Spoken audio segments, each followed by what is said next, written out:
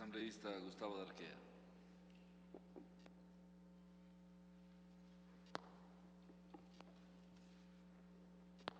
Gracias, señor presidente, compañeras y compañeros asambleístas. Indudablemente, esta ley es de una trascendencia muy grande, dado el tremendo caos que ha existido en el manejo empresarial dentro de las empresas del Estado, porque evidentemente ha habido diversas orientaciones, cada gobierno ha orientado a las empresas públicas de acuerdo a sus intereses y además no ha habido evidentemente una ley que regule en términos generales este aspecto tan importante de la economía del país. Obviamente, el volumen de recursos que manejan las empresas del Estado es un volumen importantísimo, a tal punto que me parece que, por ejemplo, la Empresa Nacional de Telecomunicaciones posiblemente está entre el segundo o tercer lugar de las empresas a nivel nacional, incluso Petroecuador. Pero sin embargo, hay algunos aspectos que me preocupan sobremanera en cuanto a los contenidos de esta ley.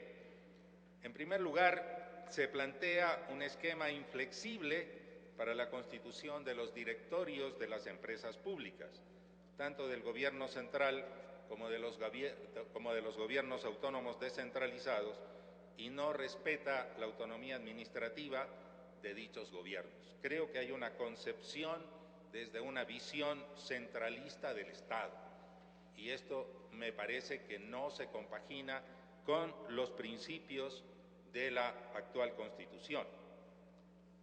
Luego voy a desarrollar este tema. En segundo lugar, esta ley pretende crear un tercer tipo de legislación laboral, exclusivo para quienes trabajen en una empresa pública. Creo que esto es atentatorio a la Constitución.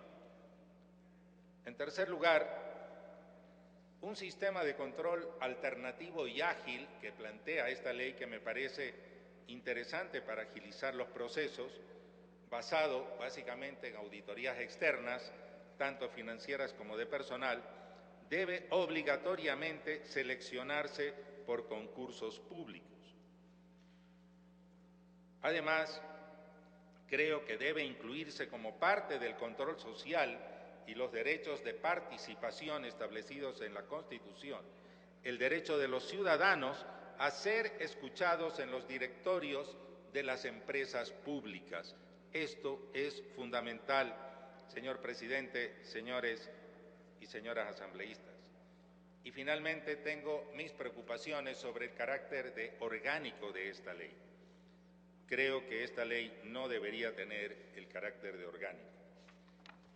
Quiero desarrollar algunos de estos elementos y luego pasarlos a la comisión correspondiente. En primer lugar, en el artículo 3, en cuanto a los principios, quiero recordar que los principios básicos de las empresas públicas ya están definidos en los artículos 3.13 y 3.14 de la Constitución. En esta parte no cabe volver a hacer una enumeración, además incompleta, sino desarrollarse cada principio de la norma constitucional para su adecuada comprensión por parte de los operadores y usuarios de esta ley. El numeral 2 debe incluirse además la precaución y prevención establecido en el artículo 3.13 de la Constitución y incluye el término de control social, pero si no desarrolla qué entendemos por control social, este concepto simplemente queda como letra muerta. En el numeral 3, igualmente, estos principios están ya definidos en el artículo 3.14 y por tanto aquí lo que cabe es adecuarse a dicha norma constitucional y desarrollarla y no inventar nuevos principios. El numeral 4, respecto a del principio de integración de costos ambientales a costos de producción, me parece que este podría ser un principio contable, mas no un principio general por el que se rijan las empresas públicas. Además, si la frase variable socioambiental es una precisión, no creo que deba ir entre paréntesis. En el artículo 5, sobre la constitución y jurisdicción de las empresas, aquí debe indicarse claramente quiénes pueden constituir empresas públicas, es decir, el gobierno central y a través de qué instrumentos jurídicos, mediante decreto ejecutivo, los gobiernos autónomos descentralizados, regionales, provinciales o municipales, mediante acto normativo del órgano de legislación del gobierno correspondiente, debiendo observar, por tanto, que las disposiciones y requisitos previstos en esta ley en lo que fuere aplicable, porque no se pueden establecer normas absolutamente inflexibles para todas las empresas públicas de todo el Estado ecuatoriano. Además, me preocupa mucho cuando en este artículo 5 se dice que los requisitos para la constitución de empresas públicas deben estar en el reglamento general de la ley. Esto no creo posible, compañeros y compañeras asambleístas. Los requisitos deben estar en esta ley, no pueden esperarse que recién aparezcan en un reglamento general a expedirse por el presidente de la República, puesto que no hay que olvidar que los reglamentos no son ni para contradecir, ni modificar, ni completar una ley. Además,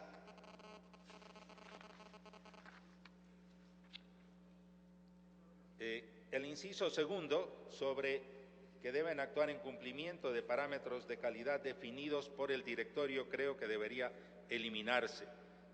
Las empresas públicas deben actuar en cumplimiento de los principios que ya se definen en el artículo 3.